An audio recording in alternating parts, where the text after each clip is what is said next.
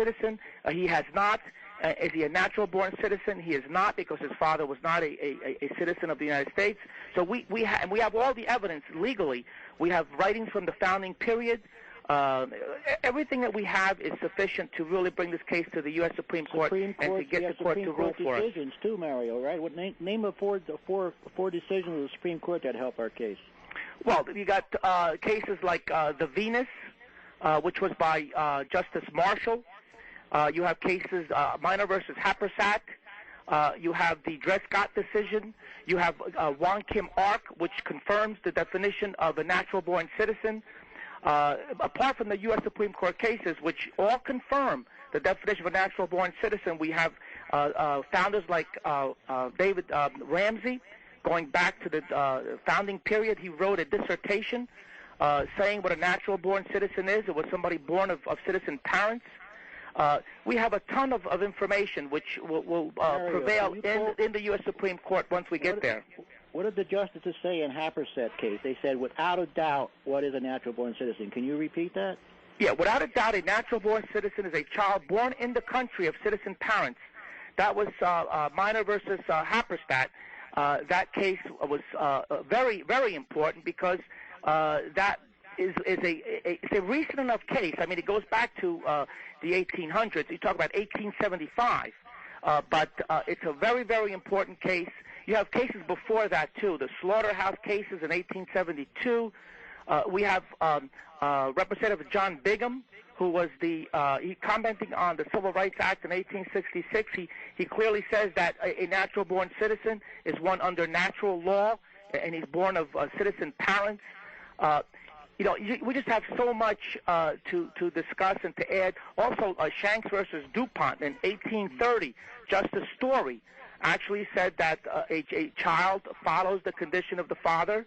And also Justice Story wrote on commentaries on conflicts of laws in 1834, and he said that if your parent is here temporarily, that you cannot be a citizen here.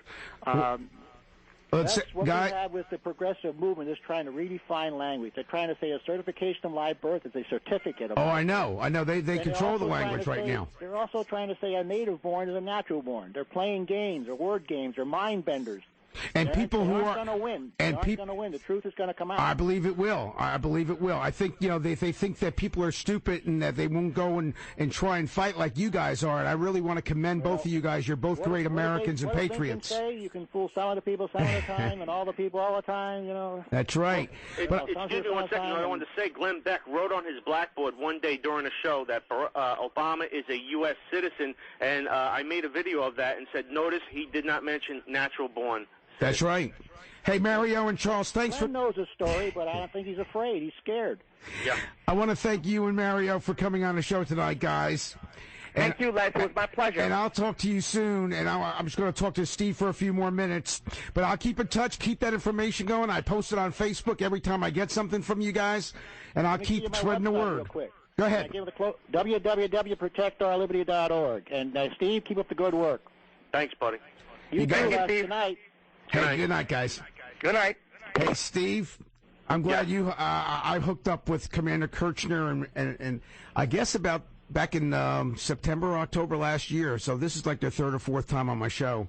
Oh, wow. I try to have them on every 4 to 6 weeks to bring us up to date, and they're terrific, great Americans. Really, and along with this Lieutenant Colonel, I think it's Lakin, who's being court-martialed now for also not deploying to Afghanistan because he doesn't feel that he wants to see Barack Obama's birth certificate. And I guess Mr. Obama's not going to do that, is he? Well, let me tell you, it's something else that nobody ever mentions is tax dollars are now being spent to fight this, and that is an outrage because everyone keeps talking about the deficit and cut spending, and meanwhile, this fraud is being, tax dollars are being used to fight and protect him, and this is outrageous. Well, these people, I've been watching Barack Obama since 2004. I started researching him back in 2006 when he was being spoken about as being a potential, that's when they start running 2 years ahead of time, 2.5 years ahead of time, they start going to Iowa. And I knew this guy wasn't on a level. There was just no way he was. And when he talked in Colorado Springs on July 2nd, 2008, about having as strong a civilian military force as the military and well-funded, I said, this man's a tyrant, this man's a dictator, and this man's dangerous. Right. And so I know that you've been talking about Glenn Beck. Most people like Glenn Beck. I like him, but you've given me a new twist on what he comes across with. I think Glenn Beck has been threatened many times. I think he's a little bit a little scared. He may be. I mean, we don't know what he's been told and what he's been whispered to.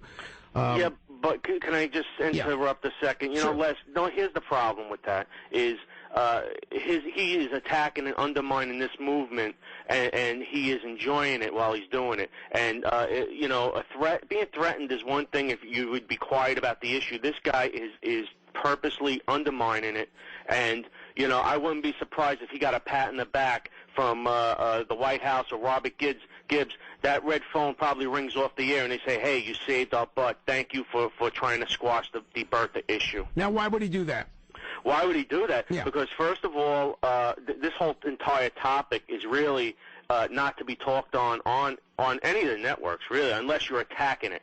Now, also, we all know that there's a Saudi prince that has bragged about, he owns a piece of Fox News. About 28%, I think. Right, and he has bragged about manipulating the news on Fox in the past. He has already done that. And, allegedly he is friendly with the Saudi man that, I forget his name, that helped Obama. Rashid Khalidi? No, I forget. It was another guy, another gentleman that, remember... Tony Resco's friend. I think you're talking about the guy who financed him maybe through his college years. There was a former a politician that recently passed away, and he mentioned the connections of this wealthy Saudi